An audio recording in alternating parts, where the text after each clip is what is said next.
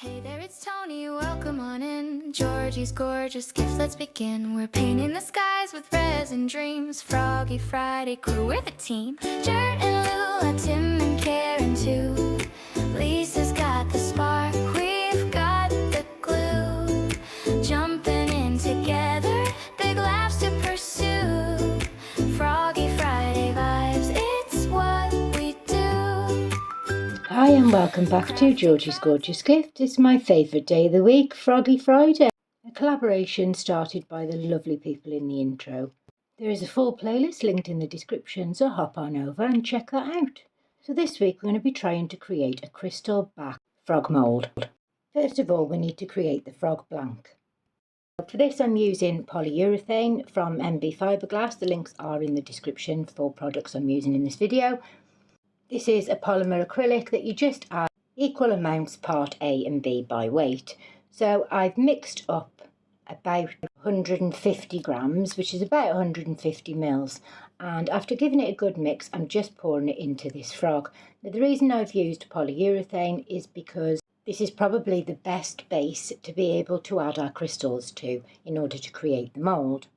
So I'm just topping the mould up completely, just making sure that there's no air bubbles in the little toes, and then I leave this to cure. Now this didn't take very long to cure because of its depth. It probably took about 20 minutes, but with polyurethane I like to make sure that it is fully solid, especially with them little toes, so I left it for about 40 minutes and then demoulded. Now again, if any of you have seen my previous Froggy Friday videos, which many of you have, you'll know that I'm a bit fanatical over how I demould these little frogs because of their toes. So I start off by pulling the feet out and loosening that, and then pulling the back legs, then removing the head. This way, because you've demoulded the little feet already, they're not going to snap off when you demould the piece. After fully removing this, I'm just taking off all the excess bits. This is really thin, so I'm just using my fingers. And we did manage to keep all of the little toes. So I'm just taking off all the excess and making sure that it's all cleaned up, because we need this blank to be near enough perfect in order to create the mould with it. So because I had a fair bit of polyurethane left, I decided to pour this frog mould that I created a couple of weeks back, which is in video number 70, linked in the card above.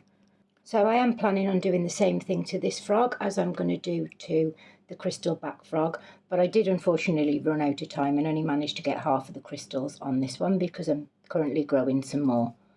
So this is the mould that I made with the brush on J. Diction silicone, and it is a really cool mould. So now on to the next stage, and that's growing the crystals. So the crystals I used for this piece were ones that I'd already done and pre-coloured, so I'm just going to show you how I created them in the first place. So I've got two different packets. One is a soluble urea prills, and then the other one is alaun powder. I will pop the links for both of these packets down in the description, but I find the alaun powder for smaller crystals works a lot better. But you need to use a lot more of the urea prills to get the same effect. So as you can see, I'm just adding these urea prills bit by bit into the boiling water and continuously stirring, all the while adding these prills until it stops dissolving, which means that the water is completely and utterly saturated with the crystals and it can't fit anymore. With this batch I'm making today, my plan is to create some more of these crystal flowers. Now these are just artificial flowers that I popped into the jar once I'd mixed up the crystals and left it for a couple of days. This is one that I did a few months back, and it does take weeks and weeks in order for the flower to go hard, so you can't really do anything with it for a good couple of weeks. So now that the soluble urea prills are all mixed into the water, I'm just using these black and white artificial flowers and taking the leaves off them and placing them into these little jars. These leaves are really easy to take off because I want the flower to be coated in the crystals but not the leaves, so I will be adding them back on later. And then I'm literally just hanging them into these jars, popping a pencil or lollipop stick or something just to put across the top of the jar and hold the flower in place, because we don't want the flower being fully submerged. It just needs about 5mm, 6mm maybe, of the flour inside the water, and then you just leave it for about 8 or 9 days.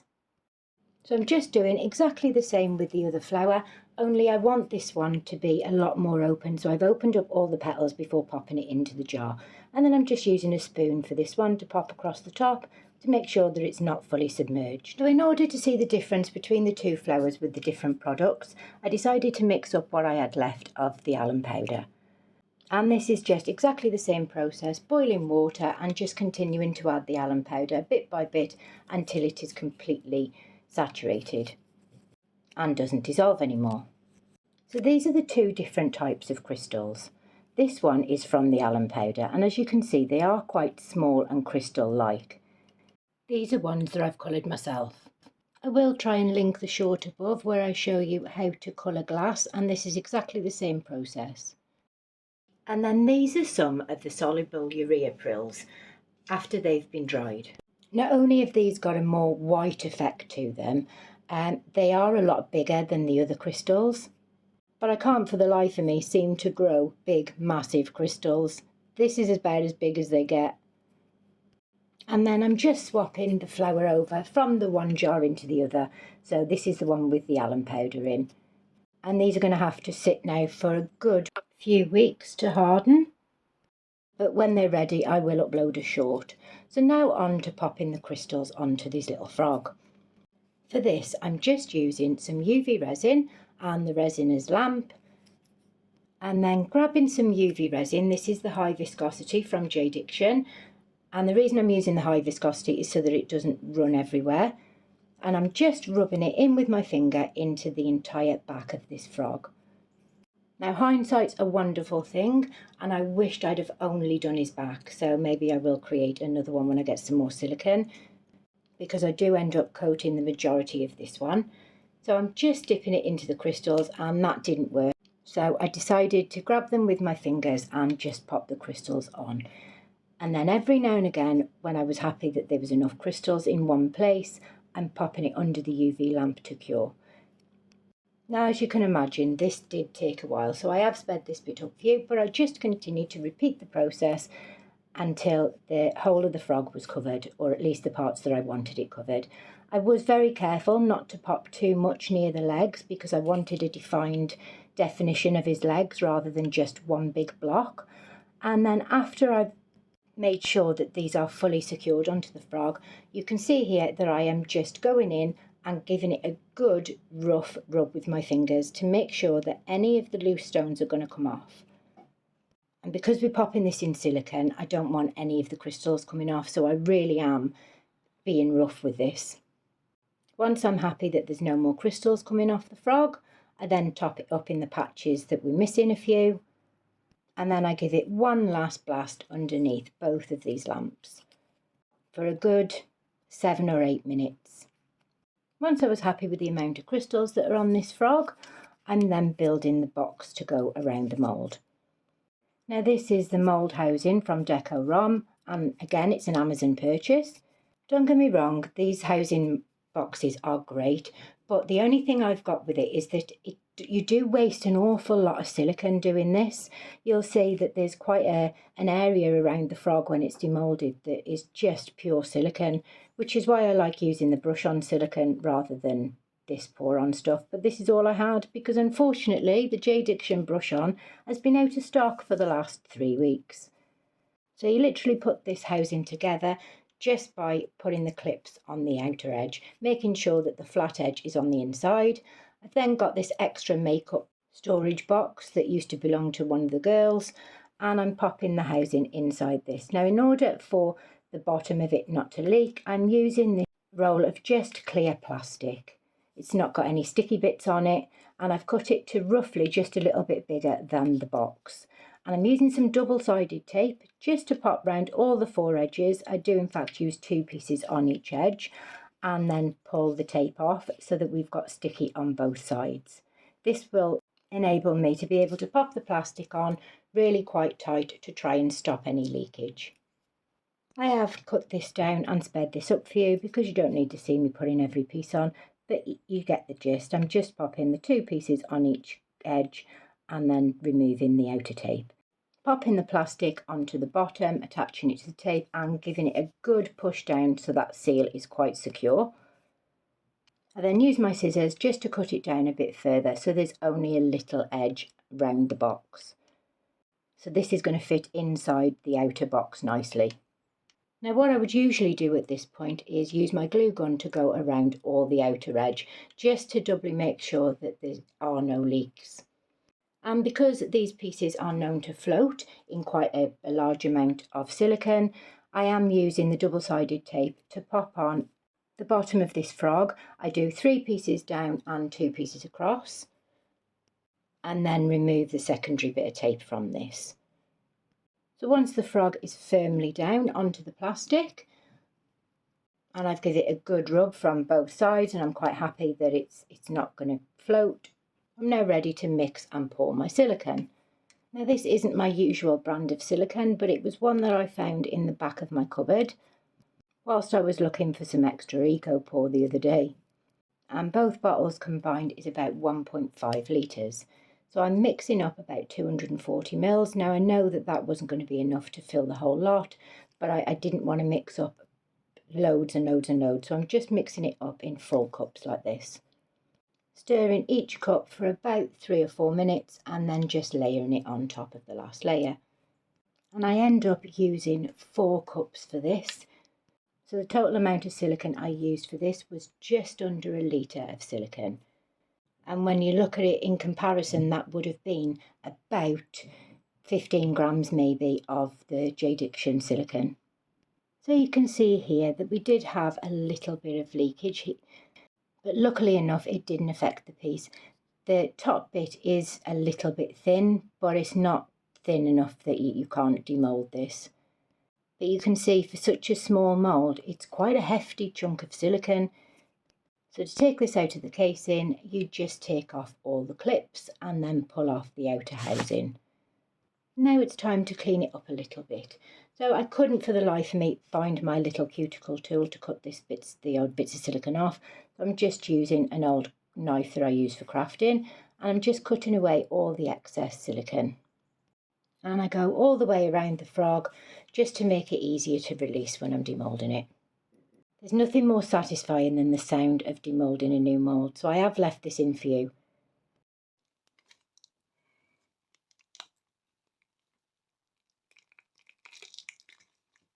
So at this point I'm starting to realise that this is a little bit more sticky than it should be, so maybe I didn't mix in the silicone quite as much as I thought I had.